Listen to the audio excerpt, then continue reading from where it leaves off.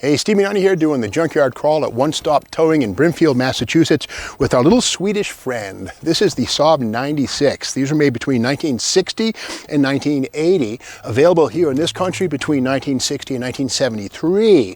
After 73, the Saab 99 and more evolved vehicles took over. But these things were available in Europe from 1960 through 1980. Yeah, these creatures. Now, these are really oddly styled things, but again, the aerodynamic roundness of this is a tribute to the fact that Saab was an aviation maker that got into cars. Now they're all front-wheel drive, and this one is a 1972. Now from 1960 through 1967, you would have found in here a 3-cylinder, 2-stroke engine. Now that engine was called the Shrike. What's a Shrike? Well, it's a nasty little bird that impales its victims with its beak and then eats them. But again, the Shrike was a 3-cylinder inline that you had to mix oil and gas together to make go. They stank so. It used to be when you get behind a Saab, you smelled raw gas. It wasn't great for the environment, but that was the deal.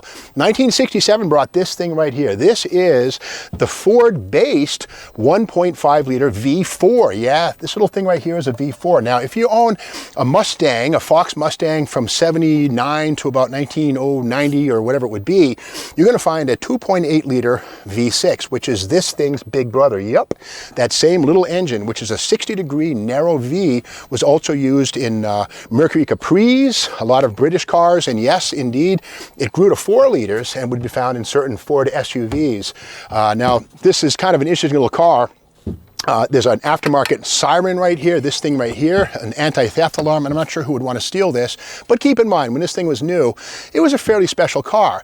Now, getting back to that engine, this engine was actually designed by Ford for a small car program called the Cardinal in the late 1950s. Well, the Cardinal gave way to a thing called the Falcon in 1959-60, which was a larger car with an inline 6, but because this engine was around, Ford licensed it to its German and European subsidiaries as the Taunus V4. And again, Saab bought these engines from Ford and installed them in cars like this. Now, this car was a big deal in its day. Here's Road and Track, 1962, the Road Test Annual, beautiful E-Type Jag inside. Well, to show that there's life beyond the E-Type and at the polar opposite scale, here is a road test of a Saab 96 sedan.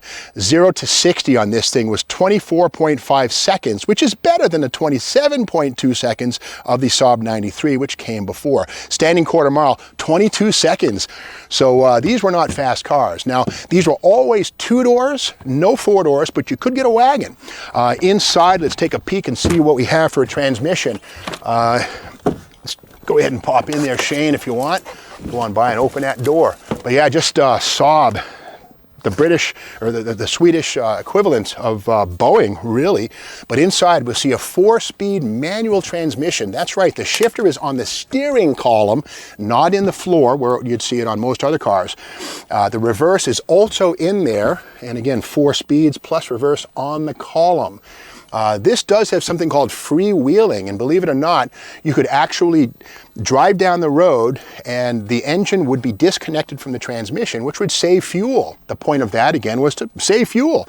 But the downside was you did not have engine braking, so you had to rely on the discs up front, the disc brakes, and the drums in the back. But if you wanted to, you could actually disconnect the freewheeling unit with a T-handle under the dash and engage that. But freewheeling only on a Saab or a 1930s or 40s American car. They were pretty popular. But here's the wraparound rear window right here, which was a major styling touch on American cars. But here on the Saab, it was there to maximize the amount of space and provide great visibility looking out.